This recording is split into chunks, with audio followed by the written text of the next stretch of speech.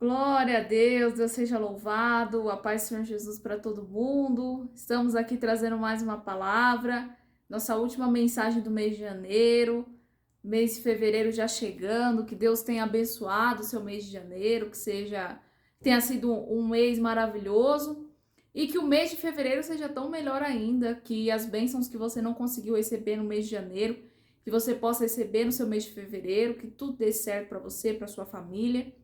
E que Deus esteja contigo do início ao fim do seu mês. E a palavra que Deus colocou no meu coração se encontra no livro de Hebreus, capítulo 11, versículo 23. Hebreus 11, 23, que diz assim: Pela fé, Moisés, apenas nascido, foi ocultado por seus pais durante 3 meses, porque viram que a criança era formosa e também não ficaram amedrontados com o decreto do rei.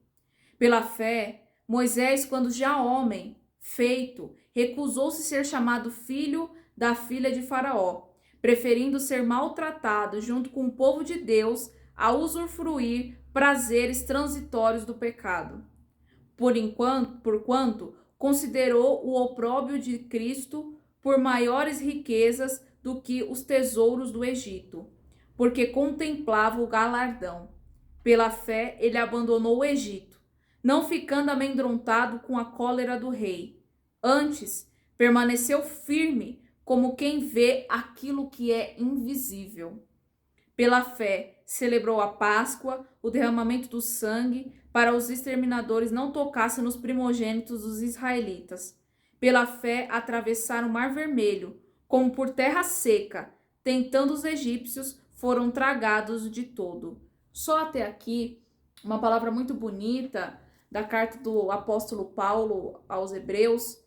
E aqui o apóstolo Paulo ele começa a refletir sobre todos os personagens da Bíblia que foram marcantes e que até hoje são marcantes para nós. Ele fala sobre Abraão, fala sobre Adão, sobre Eva, sobre Caim, Abel, e vai narrando ali vários personagens. E eu destaquei aqui a passagem que ele fala sobre Moisés. Todos nós conhecemos a história de Moisés, né? Aquele príncipe que foi colocado num cesto, jogado ali no rio, porque o rei queria matar todos os meninos. E ali ele é colocado no cesto, a mãe dele pede para que seja colocado ali no rio. A princesa do Egito encontra Moisés e adota Moisés como filho. Mas se você começa a analisar a história de Moisés, você vê Deus do início ao fim dessa história. Você vê como Deus ele vai trabalhando a cada detalhe na história de Moisés. Quando Moisés é encontrado pela filha de Faraó, aquele menino ele precisa ser amamentado, ele precisa passar por cuidados até completar 3 meses. E ali a irmã de Moisés escuta a princesa falando isso e fala: olha, tem uma moça que ela acabou de ter filho, acabou de engravidar, né? E ela pode cuidar do seu filho. E era justamente a mãe de Moisés. Ou seja, Deus moveu para que mesmo que aquela criança ficasse só 3 meses com a mãe dele, mas mesmo assim ele teve ali o cuidado da mãe. A princesa nem imaginava que aquela serva era a própria mãe daquela criança. E depois Moisés ele cresce no Egito, ele cresce numa região ali onde há onde há idolatria para muitos deuses, uma cultura totalmente diferente da que Moisés estava acostumado, né? Ele cresce ali e ele aprende a cultura egípcia. Imagina, uma criança, ela vai aprender o que os pais ensinam. Mas mesmo assim, quando ele chega numa certa idade, ele se torna adulto, como o apóstolo Paulo fala, depois de ter se tornado já homem feito, ele não aceita ser chamado filho da princesa do Egito. Ele olha o povo de Israel ali, os hebreus, sofrendo e começa a descobrir que ele tem uma identidade com aquele povo. E Deus escolhe Moisés para ser o libertador do povo de Israel das mãos dos egípcios, até porque o Egito era um país que escravizava muito os hebreus. Eles escravizavam, eles tratavam trabalhos escravos muito difíceis. E Moisés ele vê aquilo, ele se compadece, ele descobre que ele é um daquele povo. E ele abandona tudo. abandona o palácio, abandona o conforto, a riqueza, para se tornar o libertador do povo de Israel. Atravessa o Egito sozinho, chega em uma outra terra, ali ele conhece a esposa dele, ali ele constrói a família dele e se torna o libertador do povo de Israel. E o resto da história você já conhece. O Mar Vermelho, as pragas do Egito, todos nós já conhecemos. Mas o que me chama a atenção é: até que ponto você está disposto a servir a Deus? A negar a si mesmo? Jesus fala que para nós sermos discípulos deles, nós temos que fazer 3 coisas: negar a si mesmo, tomar a nossa cruz e seguir a Jesus. Até que ponto você seguiria a Cristo?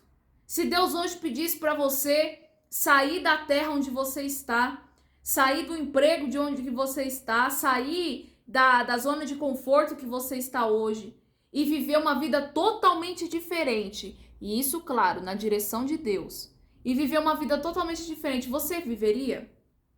Você faria como Moisés? Você abandonaria tudo por amor de Deus? Por ter entendido que Cristo te chamou por algo maior, você faria isso? Às vezes nós queremos de Deus só bênção.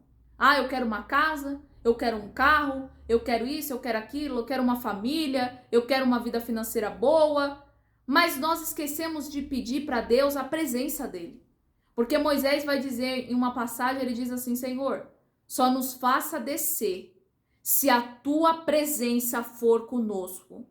O anjo é abençoado, é uma maravilha, o profeta é uma maravilha, mas eu quero que a tua presença desça comigo. Aleluia! E até que ponto nós esquecemos às vezes de pedir para Deus: Senhor, eu quero a tua presença.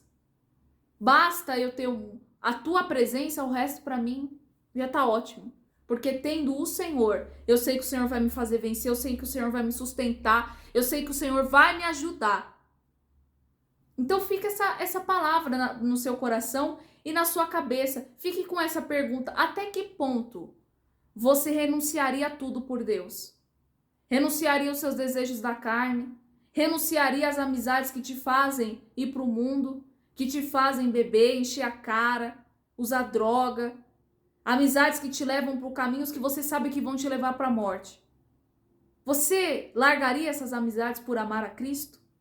Então fique com essa palavra. Até que ponto você serviria a Deus?